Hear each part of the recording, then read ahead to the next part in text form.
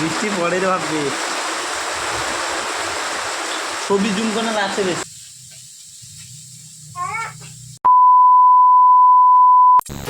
Hello everyone, good morning সবাইকে। আমার নতুন একটা ব্লগ ভিডিওতে তোমাদের সবাইকে জানাই অনেক অনেক স্বাগত। আশা করি সবাই খুব ভালো আছো, সুস্থ আছো, আর আমিও খুব ভালো আছি, সুস্থ আছি। এখন বাজে ভোর 5:30, আর এখন কুয়াশাটা শুধু দেখো। যখন ঘুম থেকে উঠেছিলাম, মানে এই ধরো ভোর 5টার দিকে, তখন কিন্তু না কুয়াশা ছিল না। যতই বেলা বাড়ছে ততই কুয়াশার পরিমাণও বাড়ছে। আর এই সময় মানে এই গরমের কালে এরকম কুয়াশা আমি আগে কখনো দেখিনি। আর এটা হচ্ছে আমাদের বাড়ির সামনে যে মাঠ, সেখানে আমি ভিডিওটা করেছি। দেখো কী পরিমাণ কুয়াশা, একবার দেখো। তো সকালের যে সমস্ত কাজগুলো থাকে সেগুলো সবই আমার কমপ্লিট। আর এদিকে মেয়েও ঘুম থেকে উঠে পড়েছে। মেয়ের চোখ মুখটা দেখো কীরকম ঘুম ঘুম ভাব। আর সব কাজ কমপ্লিট, শুধুমাত্রই ঘর মোছাটা বাকি ছিল, তো সেটা বড়মশাই করে দিচ্ছে। তো ঘরটা আমাকে মুছতে হয় না, ওই ঘুম থেকে উঠে ওর ফার্স্ট ডিউটি থাকে ঘরটা পরিষ্কার করে দেওয়া। তো তো ও ঘর পরিষ্কার করছিল, আর আমি চলে গেছিলাম স্নান করতে। সকালে এত কাজবাজ করার পরে না, সকাল সকাল স্নানটা করে নিলে খুব ভালোই লাগে। আর আমার তো এক প্রকার অভ্যেস হয়ে গেছে, যা গরম পড়েছে।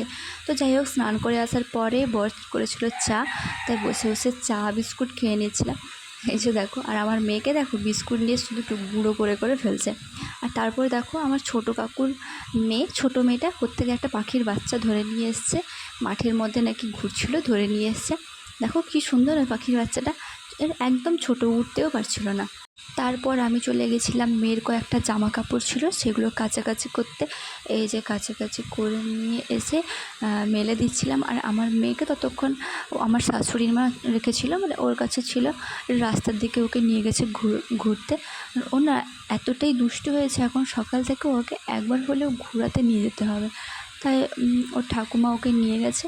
আর আমার হাজব্যান্ড আর শ্বশুরমশাই কী জানি ওখানে কী কাজ করছে। আজকে আমার হাজব্যান্ড বাড়িতেও আছে, একটু পরে বাজারে যাবে মাছ কিনতে। কেননা কখন যে মাছ, রাস্তা দিয়ে তো মাছ যায়, তো কখন যে চলে গেছে আমি আর দেখিনি, খেয়াল করিনি।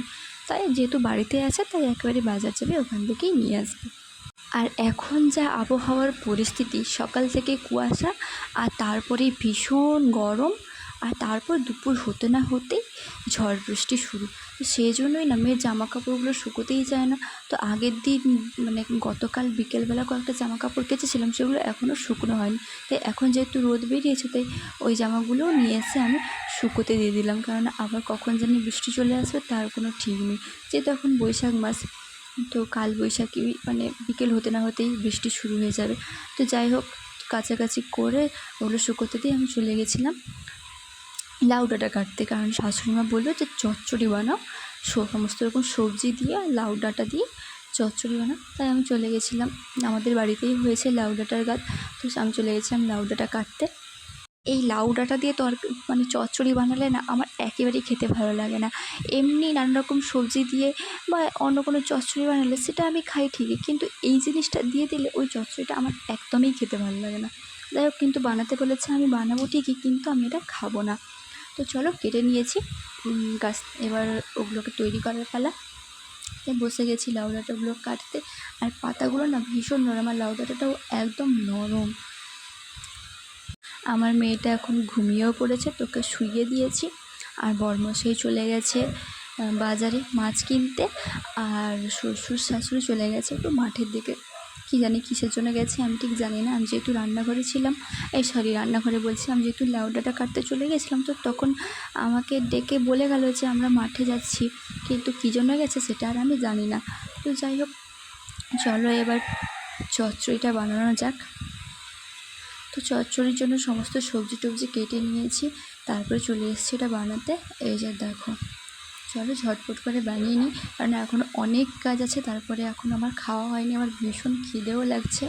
আর না জানি মেয়েটা তো ঘুমিয়ে পড়েছে, কখন যে উঠে পড়লে আবার সমস্যা। যেহেতু বাড়িতে তো কেউ নেই, তো ওকে সামলে কাজ করতে ভীষণই কষ্ট হয়। কেউ থাকলে ভালো হয়, কিন্তু যেহেতু বাড়িতে কেউ নেই। হ্যাঁ, বর্মশাই আজকে বাড়িতে আছে ঠিকই, কিন্তু ও তো এখন বাজারে, তাই না? ও এখনও বাড়ি আসেনি, সবেমাত্র গেল, তো কিছুটা সময় লাগবে। তো যতক্ষণ না বাড়ি আসছে ততক্ষণ যদি উঠে পড়ে তাহলে ভীষণই সমস্যা হবে। তাই ঝটপট করে আমাকে করে নিতে হবে তাড়াতাড়ি, যতক্ষণে ঘুমিয়ে আছে। তো চচ্চড়িটা বানিয়ে রেখে আমি চলে গেছিলাম আরও কয়েকটা জামা কাপড় কাচার ছিল আমার আর বাকিদেরও। তো সেগুলো কেচে টেচে তারপরে চলে এসেছি দুপুরে রান্নার আয়োজন করতে। এই যে দেখছো সমস্ত সবজি টবজি কেটে নিয়েছি, এদিকে ভাতও বসিয়ে দিয়েছি। যেহেতু আমাদের বাড়িতে মাটির উনুনে মাটির হাঁড়িতে রান্না হয়। আর এতক্ষণে মেয়েটাও ঘুম থেকে উঠে পড়েছে। এই যে মেয়েকে দেখো কীরকম করে হাসছে। এখন তো মোটামুটি 10:30 11টা বেজে গেছে। তো মেয়েকে আমি স্নানও করিয়ে দিয়েছি আর ও এখন বসে খেলা করছে। আর এদিকে আমার বরমশাইও চলে এসছে বাজার থেকে মাছ নিয়ে। যে দেখো মাছ নিয়ে এসছে। আর তার সঙ্গে যেহেতু এখন আমার খাওয়া হয়নি, ও কিছু খায়নি, তো বাজার থেকে দেখো মিষ্টি তরকারি আর পরোটা নিয়ে এসছে। দুজনেই এখনও সকাল থেকে কিছু খায়নি। আর ওরা মানে শ্বশুর শাশুড়ি এসে খেয়ে দিয়ে আবার মাঠেও চলে গেছে। আর যেহেতু কিছু খায়নি, তা আমাকে খাইয়েও দিচ্ছিলো। দুপুরে রান্নাবান্নার পর সবেমাত্র খেয়ে দিয়ে উঠেছি, মানে সবেমাত্র এখন 1টা মতো বাজে। আর দেখো আকাশের কি পরিস্থিতি, আর দেখো কি পরিমাণ বৃষ্টি শুরু হয়েছে। আর এখন ওয়েদারের যা পরিস্থিতি, আমার তো 2 দিন অন্তরই জ্বর আসছে। আর 2 দিন অন্তর জ্বর হচ্ছে, তো জ্বর মানে 103 104 এরকম জ্বর। আর দেখো কি পরিমাণ বৃষ্টিটা হচ্ছে একটাবার দেখো। তো চলো এখন বৃষ্টিটা আমরা এনজয় করি। আর ভিডিওটা তোমাদের কেমন লাগলো অবশ্যই কমেন্ট করে জানিও। আর চ্যানেলটাকে অবশ্যই সাবস্ক্রাইব করে আমাদের পাশে থেকো। আর তোমাদের কোথায় কোথায় বৃষ্টি হচ্ছে অবশ্যই কমেন্ট করে জানিও। তো দেখা হবে পরে একটা ভিডিওতে। ততক্ষণ সবাই ভালো থেকো, সুস্থ থেকো, বাই।